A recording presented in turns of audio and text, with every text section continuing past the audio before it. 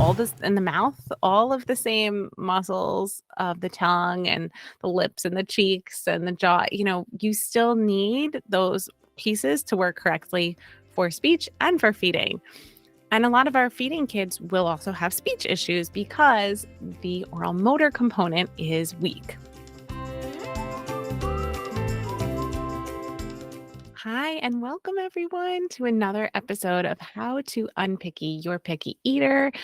And I am here to help parents all over the world to make mealtimes better, more nutrient dense, more joyful, and less stressful, right? And that's probably everyone's primary reason is less stress, right?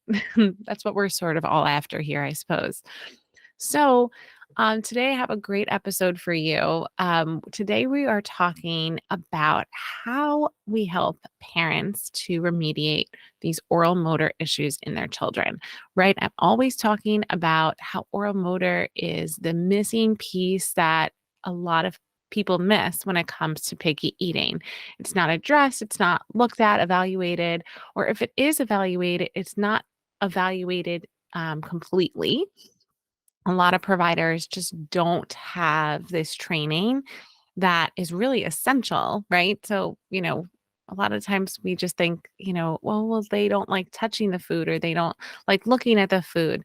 But a lot of times that stems from poor oral motor control that left them with this I don't like this. This doesn't feel right in my mouth. And that rejection, right?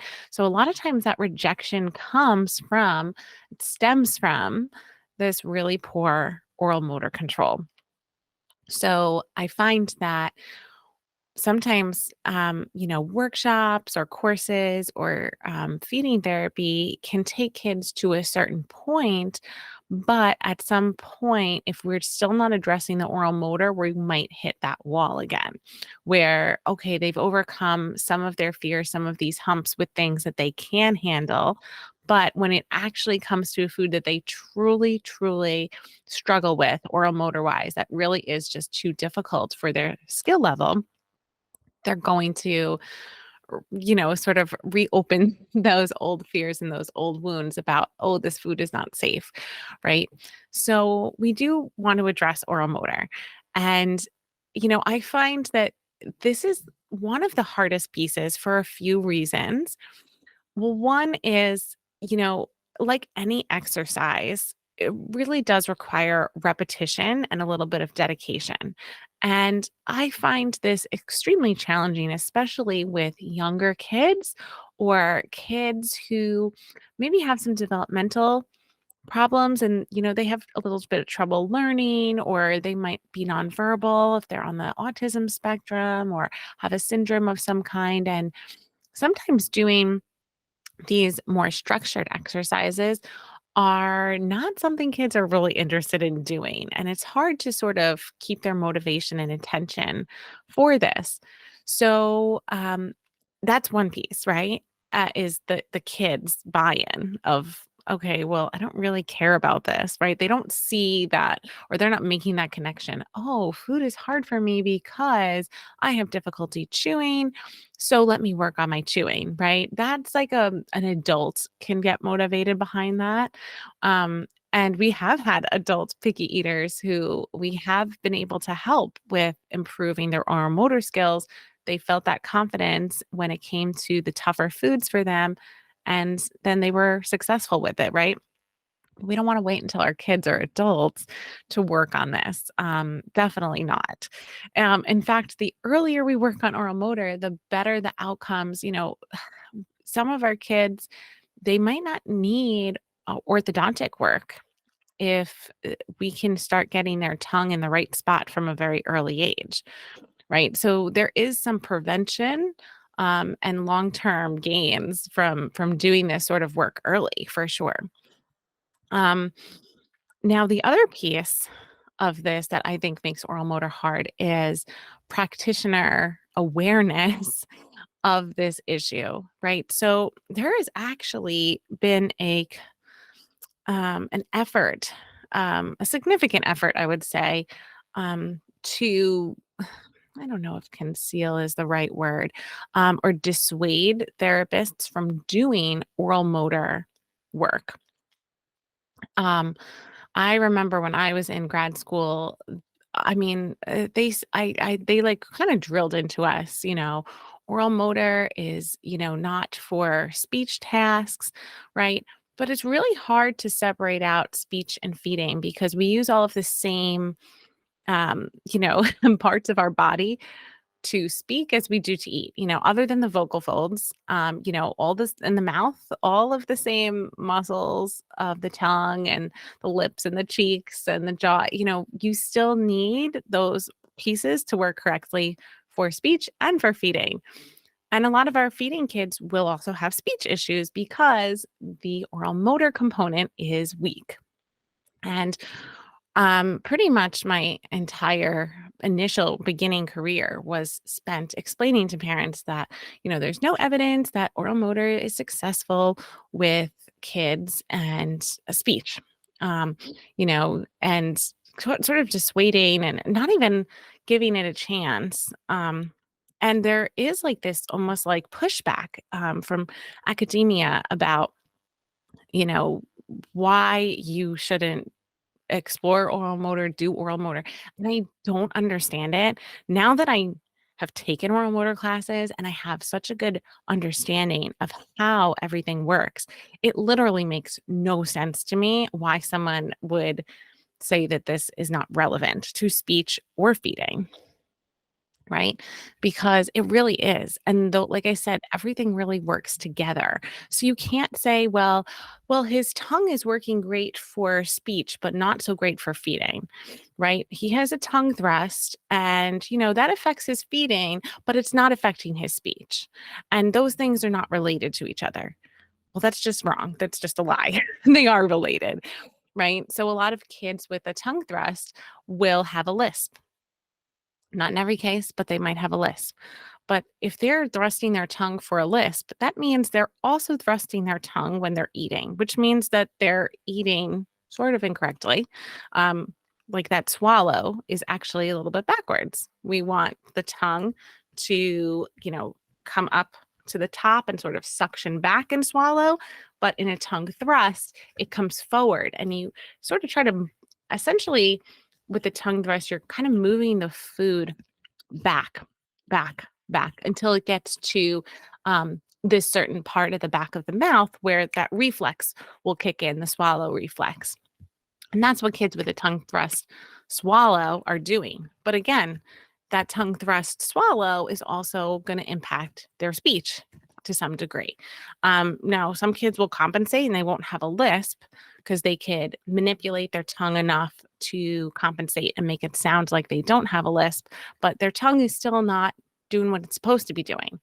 Um, so, so right. So there's the kids' motivation. There's lack of professional training. Um, so you have like these like conflicting things, happening at the same time.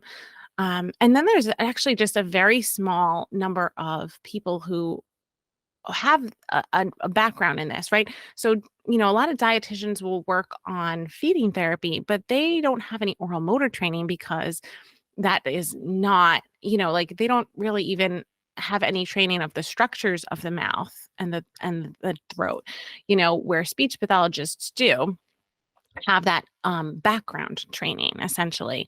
And of course they can get training, like anyone, I guess, can really learn these things, right? We teach it to our parents. So anyone can learn it, but it's just not something that I think a lot of people are incorporating as part of feeding therapy or remediation of picky eating.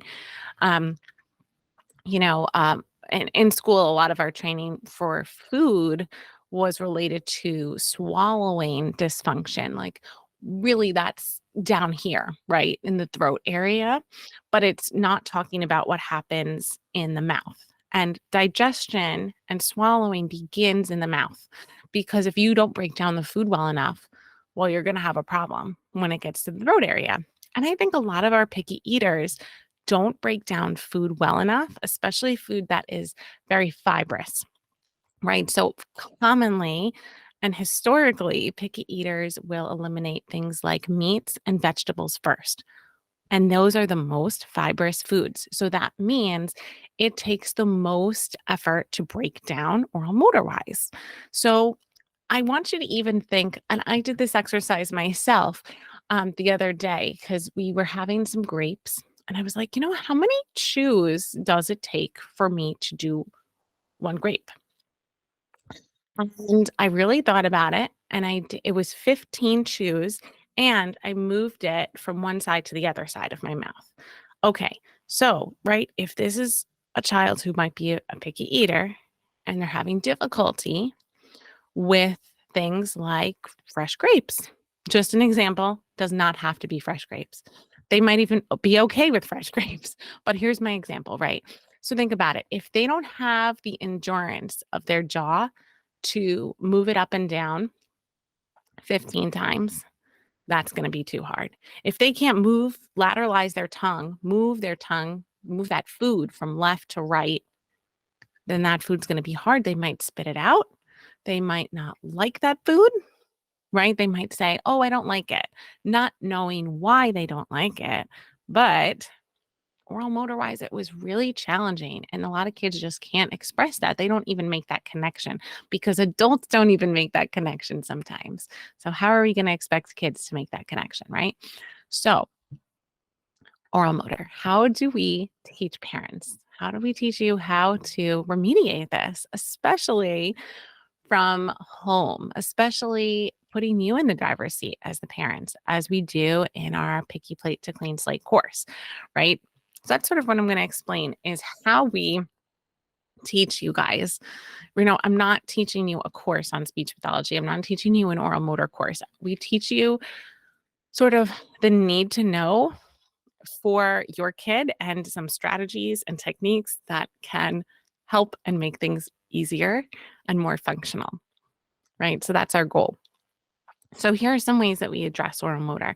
So we talk about where your tongue is, because if you don't have this basic knowledge of where your tongue needs to be, what is the proper place for your tongue, what should be happening, then how are you going to know if your kid is doing that or not doing that?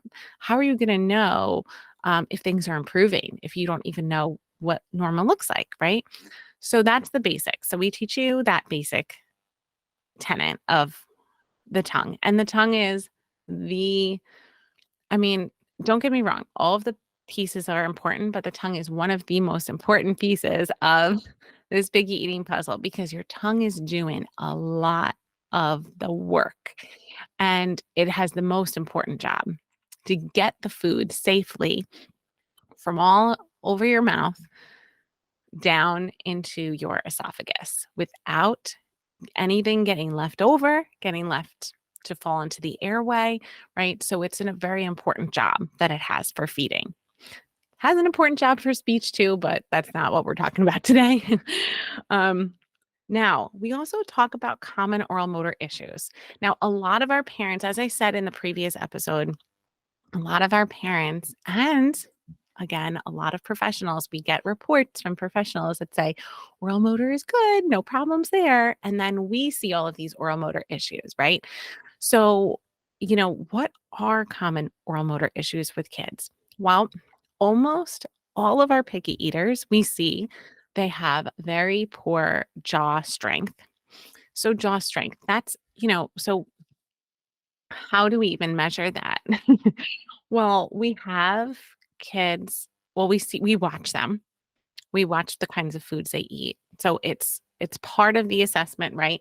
But also we have them and we'll talk about tools in a minute, but biting on specific tools that are specific like thicknesses and some of them are a little easier to chew than others. Like there's like a hierarchy to these tools. So we use these tools and we see how many chews can they do in a row, right? On left side, on the right side. Sometimes one of their sides is the stronger side. And oftentimes you'll see that that's the side that kids put their food on because it's their stronger side. Now, have they made it their stronger side by continuing to put food over there and sort of ignoring the other side? Yeah, probably. But nevertheless, right, that's what we're seeing when we first see the child, right? I can't know exactly what happened, everything leading up to that, but that's where they are right now. So that's where we're starting from. That's our baseline. So we see how many chews can they do comfortably? And I call it chewing endurance because we want kids to be able to do at least 10 chews on each of these different levels of difficulty tools, right? Because right, so different food has different requirements because of their fiber, right? So eating a food that's very like light, airy, like popcorn or a veggie straw, cereal, something that breaks down, even bread. Bread breaks down in your mouth very, very quickly with saliva, requires very little chewing. So, tougher things like this are going to be more mimicking of the level of like strength and endurance you would need to break down more fibrous foods. Whereas some of our tools have a hole, which would be it's a little bit easier to break it down. It's a little easier to chew it. So it would be more reminiscent of those like veggie sticks or something that's light like bread cereal, right? So certain tools sort of correspond to certain types of food. So we see how they do with that. Now, a lot of our kids will have a stronger side. Sometimes it's very negligible. Like we might get one or two chews on one side and then maybe three chews on the other side. Sometimes it's very negligible difference. They're about even. Sometimes it's very clear. Sometimes you can get like 8 chews on one side and then the other side you get like 2. And then they'll stop and they'll hold it, right? Or they'll spit it out. Or like even the tool they'll spit out. But you can see where they are strong and weak and, I can kind of tell based on how they do with that what type of foods they would be able to break down, right? So knowing that that jaw endurance is really important for chewing, especially chewing more difficult foods, right? That's going to be something we should know about when we're trying to fix it, right? Because if we don't know what that is, then we can't fix it. Even things like the tongue, knowing that what the tongue's job is and just knowing some of these basic things about like words like lateralize, which means the tongue moves left and right in the mouth, which you need to do because if you're chewing food on your teeth, on your molars, at some point the tongue has to move that food from the molars to the middle of the mouth to be able to suction it back and swallow correctly. If it's not doing that, you're going to get a lot of food stuck on the sides of the mouth. Um, right? So especially in the back, right? A lot of kids get cavities who are who have poor tongue control, who can't move that food around and manipulate it very well because a lot of food gets left back there because their tongue isn't able to sweep back there. It's not lateralizing very well, right? The lips, even for things like straw drinking, can they round their lips? A lot of our kids will straw drink and they'll use their teeth to stabilize the straw, right? So a lot of kids that are straw biters, they will actually, that's poor jaw stability. They don't have enough, it's actually bad lip stability. They don't have enough strength in their lip to hold that pose, to suck that in and get that good suction. They're relying on their jaw to stabilize and then they'll use their lips. We don't want that. We want the lip should be working independently of the jaw. The jaw should not be playing a role in straw drinking at all, right? It should be the lips doing the work. A lot of times we see the jaw helping because the lips are weak. So knowing these types of issues, right? So there's a few more, of course, but those are some of the common basic ones, I'd say, that a lot of parents and professionals, like I said, don't know to even look for or evaluate. We talk about myofunctional therapy. So many parents are hearing this word now and they think that, oh, well, I need my 2-year-old to have myofunctional therapy. And that's not even something that's possible. Myofunctional therapy is for older kids, kids who can follow multiple step directions. Myofunctional therapy is sort of like physical therapy, but for your mouth. And can it be modified? To some degree, yes, but, usually below 4, 4 below, and honestly, for me, a lot of kids, it's really 6 and below. Um, it depends on how well they're like, how good their language is and how much they understand and how willing and compliant they are to do some of these exercises, but it's multi-step directions, like, if they're not gonna sit and do multi-step directions, like, myofunctional therapy is not gonna be for them, right? Because they have to be able to take some time to learn how to do it and practice because it's not gonna come easy to them. They're not using that muscle correctly, so it's sort of like retraining the muscles of the mouth. It's like physical therapy, but for your mouth, right? Which makes a whole lot of sense, but it's not always possible with kids who are really young like that. So we modify, it's called oral motor therapy at that point when they're very young. So we try to make it as fun as possible. And right. One of my I'm actually adding a bonus into the Picky Plate to Clean Slate course called Overcoming Resistance and Cognitive Barriers to Exercise. Because when kids are really struggling because of their age, it doesn't mean that we're just going to abandon oral motor completely. We can try some other strategies to help make things a little bit easier, like biting on the side, right? That's one strategy that we'll teach and that we could use is, instead of having kids put the food in the middle of their tongue and then they don't have great oral motor skills to move it to the side, let's have them start on the side. Right. So doing like little sort of modifications, until they're at the point where they can follow directions a little bit better, then we can, work a little bit more intensely on the oral motor. But we'll do what we can with their skill level in the meantime. Right. So I talk about like what myofunctional therapy is, what it isn't, what you need to know, the basics. It's not a myofunctional therapy course by any means, right? It's not in place of myofunctional therapy. It's just this is what you need to know about it, so you can be an informed person when you go and ask, if this is something that your child does need, if we identify it as, oh, okay, even right now, I could tell you they're probably going to need myo, but that's going to be in 3 years. This is what you need to sort of look for, ask for type of a thing, right? Then we talk about the tools and how to use them, right? So I talked a little bit about some of the tools we use for chewing, but there are other tools as well, tools for improving lip strength, um, tools for improving tongue muscle function, right? There's 8 different muscles just in the tongue alone. So there are specific muscles that help more than others for feeding. They are all important though. So what is sort of the tools that we use that you can easily use at home with your kids to improve some of these skills? And we are always teaching, even when I was doing myofunctional therapy, we have to teach the parents the exercises anyway, because you have to be able to do them at home with your kids because they're done several times a day, all during the week. So it's not like you just meet with your therapist once a week and that's it.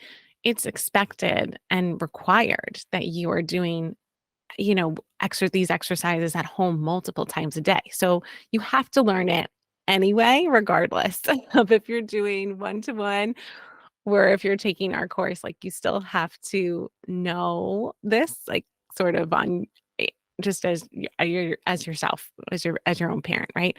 Um, it's not in place of a whole therapy program, but we try to give you some of the essential skills that are going to be the most like common and the most is- well, we try to get as specific to your child as we can with our few one-to-one sessions that we do have, but just even knowing like what is the appropriate sequence is going to be really, really key. Um, and then we don't just use tools, but I will tell you that there is a difference between using tools to practice things like chewing and food. So when I took the SOS therapy course, they were very against using tools. They always promoted using food as a tool. And I definitely agree with using food as a tool. However, I do see a really big benefit and difference using the tools. Now, why is that? Well, when you take a bite, let's just say into a veggie straw, the next bite that you take is going to be different because there's it's already in your mouth. You've already crunched it. Your saliva is already starting to do some chemical reactions to break down that food. So the next bite that you take in your mouth of that same food is not going to be the same. When you use a tool, the resistance is the same every single time you use it. So your jaw gets better practice and I think gets stronger faster when you're using a tool versus food. Now, that's not to say that we're only going to use the tools because we have to teach you how to incorporate because we don't want it's great if you can chew 10 times on this tube, but like who cares? Like the goal is that you're chewing the food, right? So we are going to incorporate the tools and the food. Some food, suggestions that we give for different levels and how to incorporate them, using these tools, making it a fun, easy transition between tool and food, right? So that's important. And like I said, you know, it is really important, I think, to have both to some degree because of you get better practice, I think, using the tools. Now, quickly, if you haven't already, make sure you go online and you take our quiz. It's at pickyeaterstest.com. That's picky eaters with an S.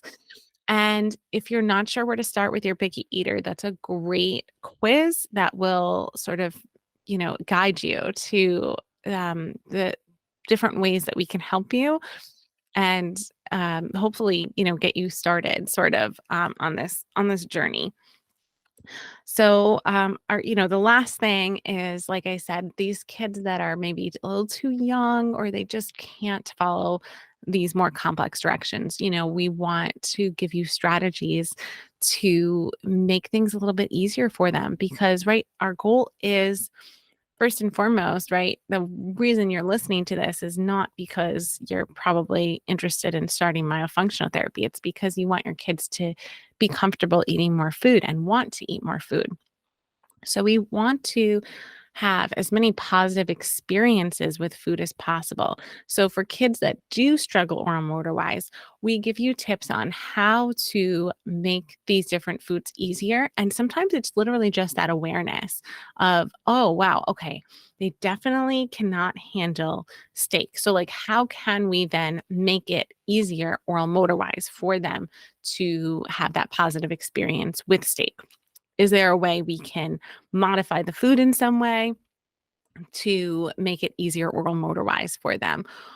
Or is there some some tips or tricks we can give you to make some of these transitions smoother? Because, I'll tell you, a lot of our kids are just, they've had this negative reaction to that food. We have to rebuild their trust with it. And we don't want oral motor to be the reason that they distrust it again, right? So we will try to, make it as positive as we can. Now, if you haven't learned anything about our course, we have information on our website, of course, at foodallergyfeeding.com/courses. And we will be relaunching it in the next few weeks coming up. And, to kick it off, we do have our free parent workshop, Unlocking Meal Times, that we will be running in February. So if you're interested in registering for that free parent workshop, and any parent who registers will be getting a discount code for the course. So definitely check out, registering for Unlocking Meal Times. And you can get all of that information in our link tree, which is in our Instagram bio. It's also on YouTube in the description here as well. And we have so much stuff, coming your way. That's amazing. Lots and lots of resources. So even if you are not ready for something like that, there's still lots of free help and resources available to you that we try to make accessible for people all over the world. So hopefully something here today, resonated with you, and hopefully it'll help you along on your journey with your picky eater to make things a little bit easier and more stress free. So we will see you again next week, and we're going to talk all about how we work on sensory issues at home with our parents. All right. Have a good week, guys. We'll see you next week. Thank you for listening to How to Unpicky Your Picky Eater. To learn more about achieving your child's feeding goals, check out Christine's website at foodologyfeeding.com. And be sure to tune in next time to How to Unpicky Your Picky Eater.